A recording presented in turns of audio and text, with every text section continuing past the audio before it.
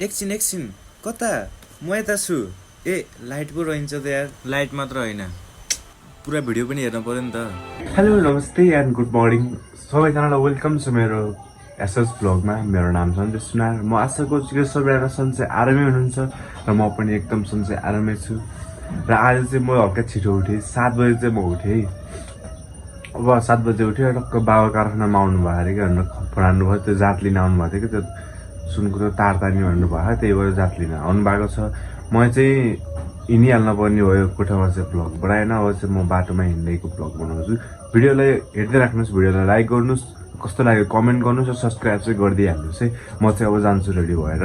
Finally यता कारखानामा आएर बाबाले त्यो सिक्री बनाउनु भएको थियो नि त, त्यो भ्याउँदिनँ होला चाहिँ क्या, छिटो बनाउनु न, छिटो भ्याउनु त मलाई आधा बनाउनु भनेर भन्नुभएको थियो। मैले चाहिँ यति बुनिसकेँ, अब 2टा तार बाँकी छ, त्यो तार बुन्छु अनि बाबालाई दिएपछि बाबाको काम भ्याइन्छ, मलाई पनि फ्रेस हुन्छ नि त। बाबालाई भ्याएर कुसमा बुझाएर गइहाल्नुहुन्छ नि त, त्यही भएर भिडियो चाहिँ हेर्दै राख्नुहोस्।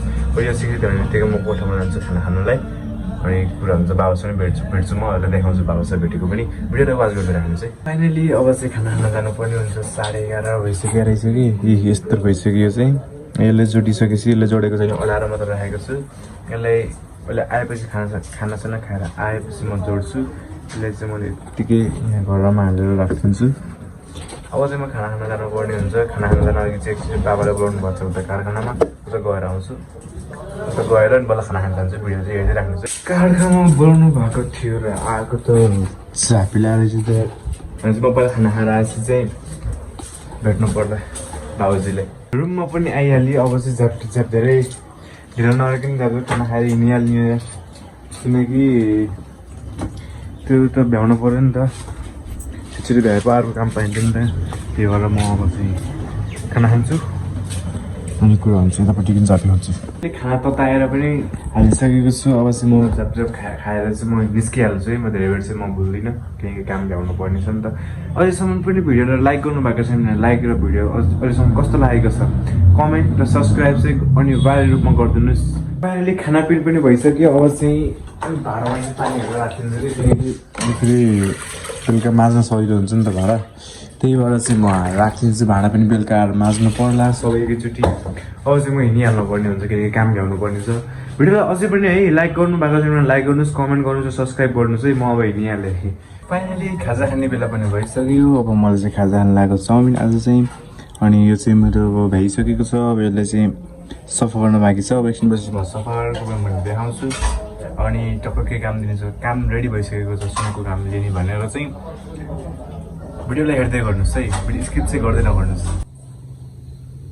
म चाहिँ फेरि पनि रुममा आएँ, रात परिसक्यो र 7 बज्यो, तर पनि भ्याएन कि आज पनि त्यो लकेट। किन भ्याएन भन्दा पर्दा चाहिँ यसो उता गएको चाहिँ दाइहरूसँग गफरियो, गफर्दा गर्दा एकैछिन बस्दा चाहिँ टाइम गएको थाहा नै भएन। त्यसपछि म काम गर्छु भनेर लागेको, के भन्ने अब त्यस्तै भयो। काम चाहिँ आज भ्याउँदै भ्याएन। भोलि चाहिँ अब जब मात्र 6वटा अरू सब भ्याइसकेको छ, मात्र 6वटा बाँकी छ। त्यो 6वटा चाहिँ मैले भोलि बिहान भ्याउँछु। कस्तो भन्न पनि लाजै लाग्ने भइसक्यो कि। अन्त हिजोबाट भ्याएन भनेको त हिजै भ्याउनु पर्ने, आज भ्याएन, केही भन। म देखाउँछु अब मेरो अर्को भ्लगमा। यो भ्लगमा चाहिँ देखाउनु पाएन। भिडियो चाहिँ हेर्दै राख्नुहोस्। अब चाहिँ खाना पकाउनु पर्ने हुन्छ, अनि खानु पर्ने हुन्छ, अनि त्यसपछि एउटा कुरो भन्नुपर्ने छ हजुरलाई। त्यो कुरो भनेपछि चाहिँ भ्लगलाई एन्ड हुन्छु। भ्लगलाई चाहिँ हेरिराख्नुहोस् है, एकदम एन्ड के स्किप नगरिकन हेरिराख्नुहोस् है। भिडियोलाई चाहिँ हेरिराख्नु पऱ्यो है, भिडियो चाहिँ स्किप गर्नु भएन। म चाहिँ अब टक्क खाना पकाउँछु अनि त्यहाँपछि कुरो हुन्छ। फाइनली मैले खानासाना पनि खाइसकेँ, भाँडा पनि माझेँ मैले होइन। टक्क आएर चाहिँ कस्तो टाउको दुखे जस्तो भयो कि म गुल्टेँ, कस्तो गुल्टेर निदाएको छु। लगभग आधी घन्टा म गुल्टेछु। मैले झ्याप्प सोचेँ कि भ्लगलाई त एन्डिङ नै गराएन मैले भन्ने सम्झेँ मैले, त्यही भएर एन्डिङ गर्न लाग्यो।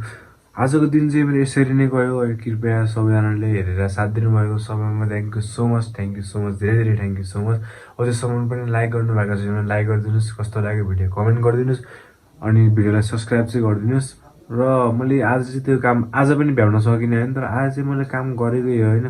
तर मैले सोचे जस्तो सहिलो हुँदैन, किनकि 40वटा हो नि त, त्यही भएर धेरै भएर मैले 2-4वटा मात्र बनाएको थिएँ, तर त्यत्रो धेरै त बनाएको थिइनँ।